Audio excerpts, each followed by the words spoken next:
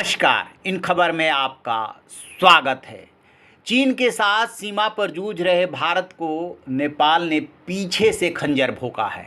उसने 3 पॉइंट को लेकर के पिछले दिनों जो विवाद छेड़ा था, लिपुलेख, लिम्पियाधुरा और काला पानी, उसको लेकर के संविधान में संशोधन किया। पहले निचले सदन ने उस पर मुहर लगाया और अब ऊपरी सदन ने भी उस पर मुहर लगा दी है। निचले सदन में इस संविधान संशोधन को 258 सांसदों की मंजूरी मिली थी, समर्थन मिला था, जबकि ऊपरी सदन में 57 वोट मिले, विपक्ष में एक भी वोट नहीं पड़ा। और आनन फानन में इस संविधान संशोधन पे तत्काल राष्ट्रपति विद्या भंडारी ने भी अपनी मुहर लगा दी, हस्ताक्षर कर दिए। यानी कि यदि कानूनी स्थिति की बात की जाए तो नेपाल के कानून और संविधान के मुताबिक अब ये तीनों पॉइंट तीनों जगह नेपाल का है, जैसा कि वो दावा कर रहे हैं। जबकि भारत का ये कहना है कि 1816 की सुगौली संधि के बाद से जो स्थिति है वो भारत का है, और जो नदी है वो वही जो है उसका विभाजन कर रही है पूरी तरीके से। ये तीनों स्थान, ये तीनों जगह भारत में है। ये नया विवाद क्यों? भारत ने जब निचले सदन ने उसको पारित किया था तब साफ कह दिया था, उसको नकार दिया था और कहा था कि बिना साक्ष्यों और तथ्यों के ऐसे किसी कृत्रिम बदलाव को स्वीकार नहीं कर सकता भारत। सबसे बड़ा सवाल ये है कि नेपाल ने ऐसा क्यों किया।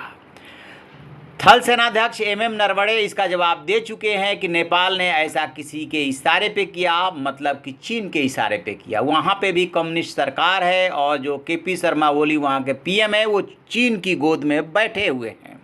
दोनों कम्युनिस्ट सरकारें अपने हिसाब से भारत को परेशान करने की कोशिश कर रही है, लेकिन रणनीति वो कूटनीति कहती है कि जब एक सीमा पे आप जूझ रहे हों तो दूसरी तरफ धैर्य एवं संयम बनाए रखें। नेपाल ने जब एक भारतीय नागरिक को मारा, बिना उकसावे के जो कार्रवाई की, उस पे भी भारत चुप रहा और स्थानीय स्तर पे मसले को सुलझाने का प्रयास किया। नेपाल सोच रहा है कि भारत पलट के जवाब नहीं देगा, भारत पलट के जवाब देगा, लेकिन वक्त का इंतजार करेगा, क्योंकि नेपाल तो अपने मन से और दिमाग से कुछ कर ही नहीं रहा है। उस पर चीनी भूत सवार है, चीन के इशारे पे भारत को परेशान करने के लिए कर रहा है। लेकिन वो ये भूल रहा है कि जिस दिन भारत ने उसकी फिर से नाकेबंदी कर दी, उस दिन उसे निकलने का रास्ता नहीं मिलेगा, डीजल और पेट्रोल उसके देश में नहीं पहुँच पाएगा।